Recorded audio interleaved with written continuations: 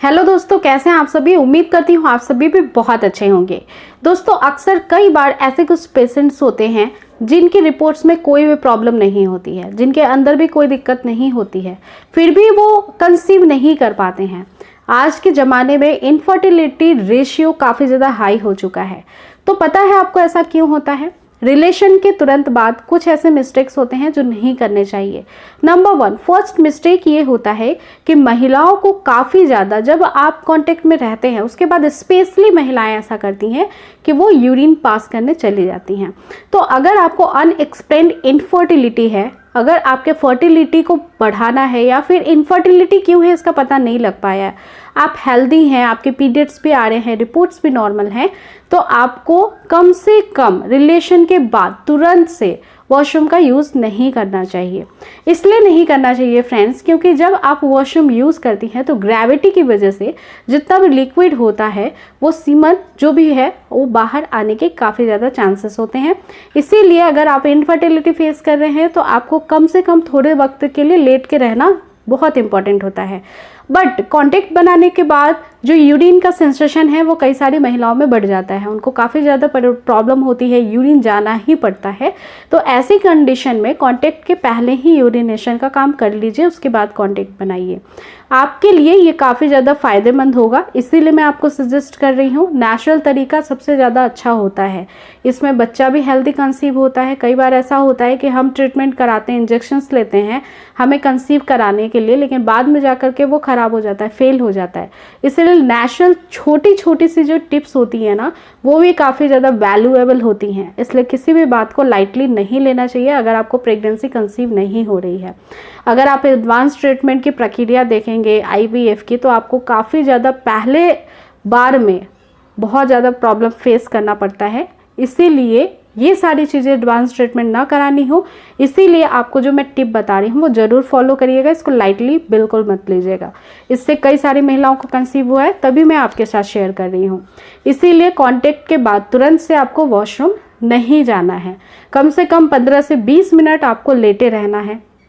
इसके अलावा फ्रेंड्स, जो टिप नंबर 2 है, आपका जब कांटेक्ट होता है उस दौरान आपको पिलो भी ज़रूर लेना चाहिए। कई सारी महिलाएं पिलो स्किप कर देती हैं, पिलो नहीं लेती हैं, तो कमर के पास पिलो लेना बहुत ज़्यादा इम्पॉर्टेंट है और आपको पिलो भी ज़रूर लेना चाहिए। साथ ही साथ फ्रेंड्स, एक और दिक्कत आती है, जब हम प्रेगनेंसी प्लान करते हैं, हम ओव्यूलेशन के समय कांटेक्ट में रहते भी हैं, बट फिर भी हमें फ़ायदा नहीं मिलता है, फ़र्क नहीं महसूस होता है। ऐसा पता है आपको किस गलती की वजह से होता है?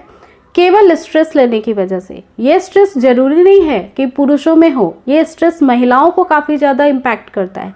कैसे? अगर आप जिस महीने स्ट्रेस ले लेती हैं उस महीने की पीरियड्स भी आपकी अनियमित हो जाती है, आपको नहीं पता होगा, लेकिन हमारे ब्रेन में कुछ ऐसे पिट्यूटरी ग्लैंड्स होते हैं जो हमारे ऑर्गन्स को सिग्नल्स सप्लाई करते हैं। हमारा जो यूट्रस होता है, यहाँ पे भी सिग्नल आता है हर महीने हमारे ब्रेन से कि अब आपको ओवुलेट करना है।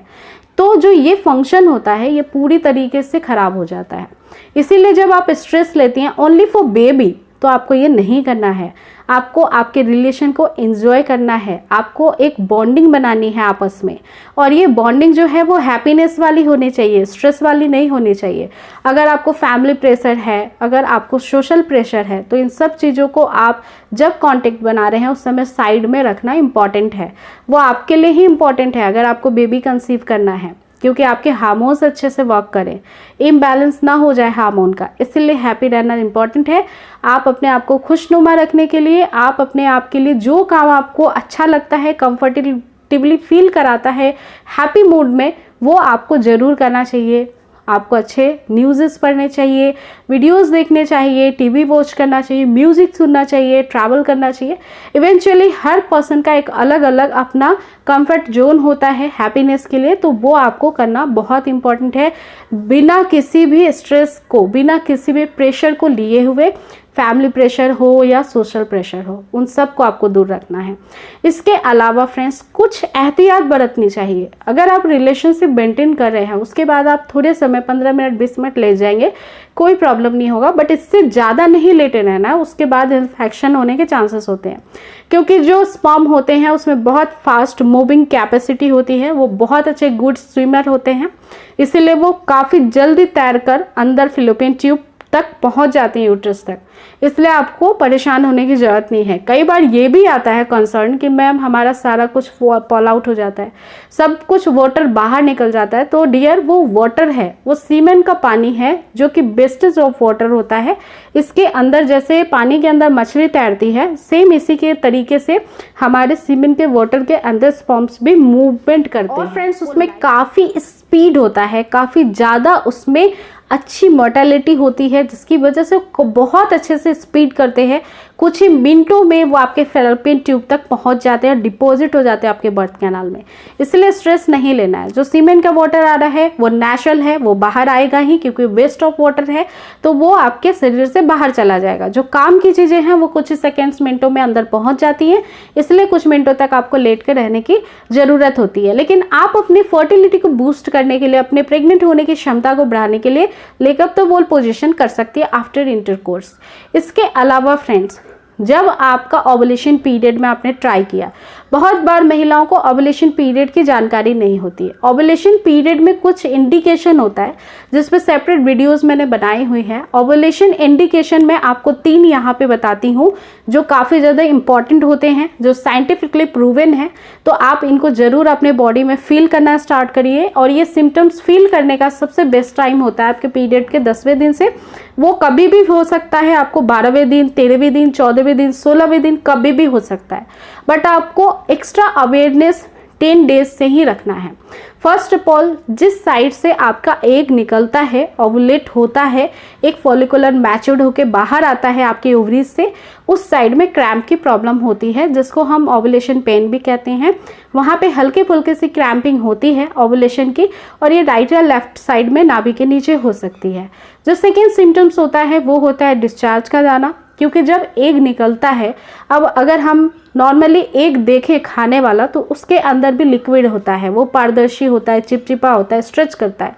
तो ह्यूमन बॉडी के अंदर भी ऐसा ही कुछ होता है। जब महिला ओवुलेट करती है, उनका एग निकलता है, तो भी ऐसा चिपचिपा पदार्थ निकलता है, जो एग को थोड़ी सी फ्लैक्सिबिलिटी देता है मूव करने के लिए। इसलिए वो ट्यूब में रहते हैं 12 घंटे के लिए लाइव। तो इस कारण से उस समय डिस्चार्ज निकलता है, जो पारदर्शी होता है, रंगहीन, गंधहीन होता है। इस डिस्चार्ज की इलास्टिसिटी काफ़ी अच्छी होने की वजह से ये खींचता है।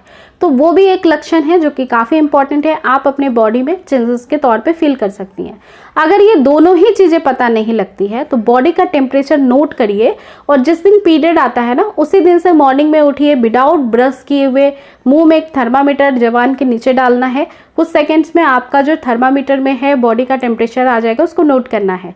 एक डायरी मेंटेन करना है। 10वें दिन से अगले कुछ दिनों में जिस भी दिन 1 या 2 डिग्री फ़ारेनहाइट चेंजेस आपके बॉडी के टेम्परेचर में नोटिस करता हुआ आपको दिखाई दे, समझ लीजिए कि ओवुलेशन पीरियड स्टार्ट होने वाला है। कॉन्टैक्ट बनाने का सबसे बेस्ट टाइम स्टार्ट हो गया है। तो इस तरीके से अपने ओवुलेशन को प्रिडिक्ट करिए। बाकी भी और कई सारे सिम्टम्स होते हैं, ओवुलेशन के किट भी होते हैं मार्केट में। अगर इमीडिएट आपको कंसीव करना है तो ओवुलेशन किट का भी आप बहुत अच्छे से सहारा ले सकती हैं, और उसकी वजह से काफ़ी सारे महिलाओं को कंसीव होने में बहुत फ़ायदा मिला है। तो ये जो टिप मैंने आपके साथ शेयर की है बहुत इंपॉर्टेंट है। इस पे बिल्कुल विश्वास के साथ आपको वर्क करना होगा, तब आपको नेचुरल कंसीवमेंट हो जाएगा। अनएक्सप्लेन्ड इनफर्टिलिटी है तो आपकी फर्टिलिटी बूस्ट करने के लिए आपको क्या खाना चाहिए, क्या पीना चाहिए, कैसी लाइफस्टाइल होनी चाहिए, इस पे भी मैं काफ़ी सारे वीडियोस बनाई है, जो कि आप वीडियो के प्लेलिस्ट में जाकर देख सकती हैं। तो अपने लाइफ को खुशनुमा रखिए, एक्टिव रहिए, और छोटे मोटे चेंजेस कर करके आप अपने आप को माँ बनने के लिए तैयार कर सकती हैं। तो बी पॉजिटिव, होप नहीं डाउन करना है, खुश रहना है, दुखी नहीं होना है। बहुत सारी महिलाओं को बहुत जल्दी कंसीव होता है, कुछ महिलाओं को टाइम लग जाता है। तो बी प्रिपेयर, माइंड से भी आप स्ट्रांग रहिए। सबका एज फैक्टर होता है, सबकी बॉडी की अलग अलग रिक्वायरमेंट होती है, कॉम्प्लिकेशंस होती हैं, तो उसके बिहाफ पे आपको ट्रीटमेंट लेना होता है। तो आई रियली होप ये वीडियो आपके लिए बेहद इंफॉर्मेटिव थी। ऐसी ही वीडियोस को देखने के लिए चैनल को जरूर सब्सक्राइब कर लीजिए, बेल नोटिफिकेशन ऑन करें, ताकि हर एक दिन पे आने वाले जो इंपॉर्टेंट वीडियोस होते हैं प्रेगनेंसी से जुड़ी वो आपको समय पे मिल जाएंगी। और ये वीडियो पसंद आई है तो इसे शेयर लाइक करिए। और फ्रेंड्स फिर से मिलूंगे नेक्स्ट वीडियो में एक नए टॉपिक के साथ जो कि काफ़ी ज़्यादा यूजफुल हेल्पफुल होगी आपके साथ। तो अपना पूरा ध्यान रखिए। Take care guys, thanks for watching.